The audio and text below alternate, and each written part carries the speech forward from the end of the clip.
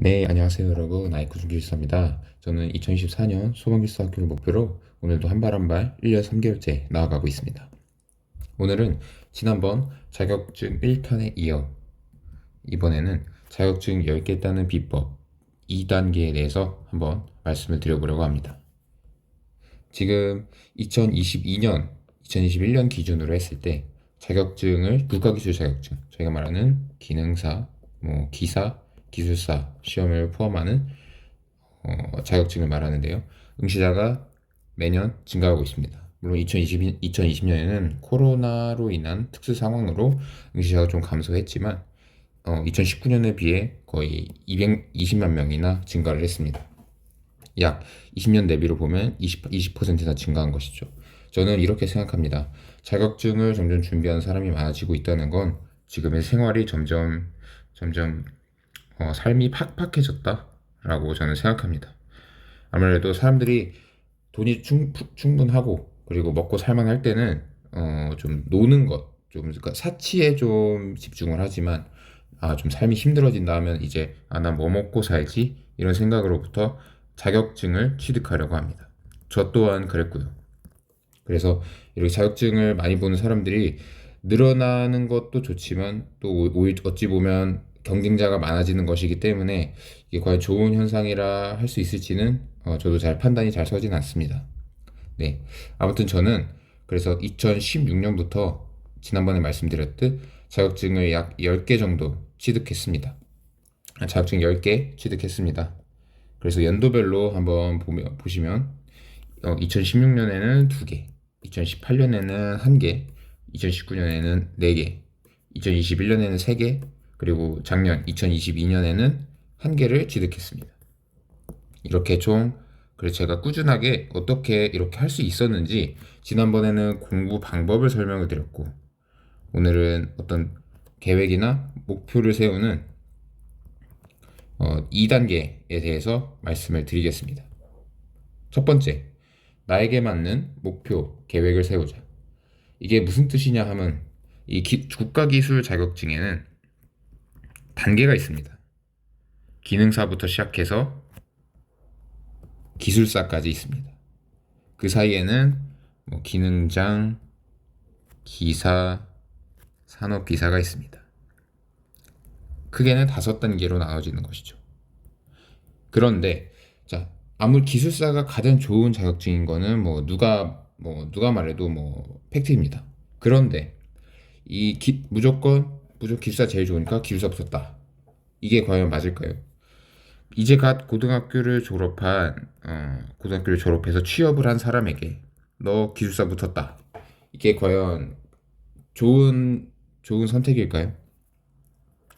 이 기술사라는 자격은 경력도 필요하고 어떤 자격증이 있느냐에 따라 이 필요한 이 경력이 달라집니다. 그래서 자격증을 시작하시려면 난 자격증을 따겠다라고 목표를 정하셨다면 먼저 나에게 맞는 여기서는 메타인지라는 단어가 포함이 되겠죠.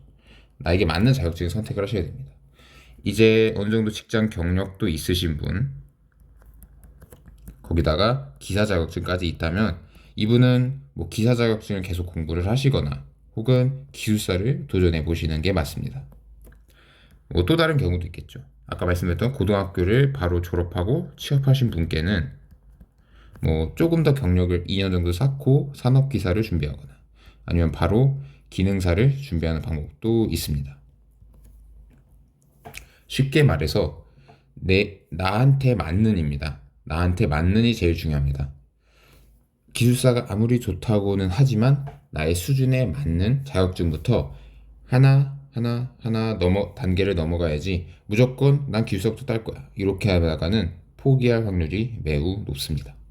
그래서 저도 2016년부터 기능사로 시작해서 아까 위에서 보여드렸듯 2016년 기능사부터 시작해서 2022년까지 기사와 산업기사 여러 개 취득을 하고 지금 2023년에는 기술사를 준비하고 있습니다. 다음 2단계입니다. 쉬운 것부터 따야 한다. 이 쉬운 것은 절대적으로 쉬운 게 아니라 나에게 쉬운 것입니다. 그 말은 제 사례로 말씀을 드리겠습니다. 저는 화학공학을 전공했습니다. 그래서 화학공학이 전공한 대학생이 취득할 수 있는 가장 쉬운 자격증인 화공기사부터 시작을 했습니다. 물론 그 이전에 기능사, 산업기사도 있었지만 그래서 산업기사, 위험물도 대학교 재학 중에 취득을 했습니다. 이렇게 보시듯 제가 화학공학이고 또 화학공학 관련된 위험물을 처음으로 취득했다. 요것에 비추어 보았을 때 만약에 제가 화공기사 혹은 위험물 산업기사가 아닌 기계기사, 일반 기계기사나 토목기사, 전기기사 이런 아예 다른 전공자들에 위한 자격증을 제가 도전을 했다면 여기까지 올 수 있었을까요? 그럴 수도 있겠지만 저는 그럴 확률이 매우 적다고 봅니다. 왜냐하면 공부할 내용이 우선 많고 공부할 내용이 많으니 시간도 많아지고 필요한 시간 들여야 되는 시간도 많아집니다. 그러면 시간이 길어지면 포기할 확률이 늘어납니다. 포기를 하면 아무래도 계속 1년마다 하나씩 취득하는 게 힘들어지겠죠. 그래서 제가 말씀드리는 가장 중요한 것은 내가 쉽게 딸 수 있는 자격증. 기계공학 전공자시라면 일반 기계기사, 그리고 토목 자격증이라면 토목 전공이시라면 토목기사. 이렇게 되겠습니다. 혹은 소방을 전공하셨다면 소방 기계부터, 혹은 소방 산업기사부터, 소방설비 산업기사부터 도전하시는 게 맞지. 나에게 아무리 토목기사가 좋대, 전기기사가 좋대 라고 해서 그러면 나는 화학공학 전공이지만 혹은 나는 산업공학 전공이지만 토목기사를 딸 거야, 전기기사를 딸 거야, 이렇게 하는 건 잘못된 행동이다 라는 것을 말씀드리고 싶습니다. 그래서 저는 화공기사를 취득을 하고 그 다음에 점점 관련된 분야를 넓혀갔습니다. 그 다음에 가스기사를 땄고 소방설비 기사를 땄고 그 다음에 안전과 관련된 산업안전, 건설안전, 여기 곁다리로 에너지관리기사도 있겠습니다. 이렇게 내가 먼저 딸 수 있는 가장 쉬운 자격증을 시작으로 해서 여기서 성공 경험을 쌓고 이 경험 바탕으로 다른 자격증을 점점 넓혀갔습니다. 그래서 나에게 가장 쉬운 것부터 반드시 취득을 하셔야 됩니다. 그래서 제일 중요한 거는 나에게 쉬운 자격증이 무엇인지를 찾는 것이 중요합니다. 그래서 저도 자격증이 10개 정도 가지고 있지만 이런 자격증이 좋습니다, 그러니 이거부터 따세요 라고 말씀을 드릴 수가 없는 겁니다.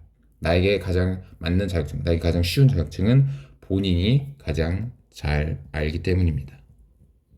그래서 그래도 한 가지 팁을 드리자면 저는 실기시험이 이렇게 가스기사와 같이 어떤 필답형 그리고 작업형으로만 구성이 되어 있는 혹은 필답형 하나로만 보는 실기시험이 있는 자격증을 추천을 드립니다.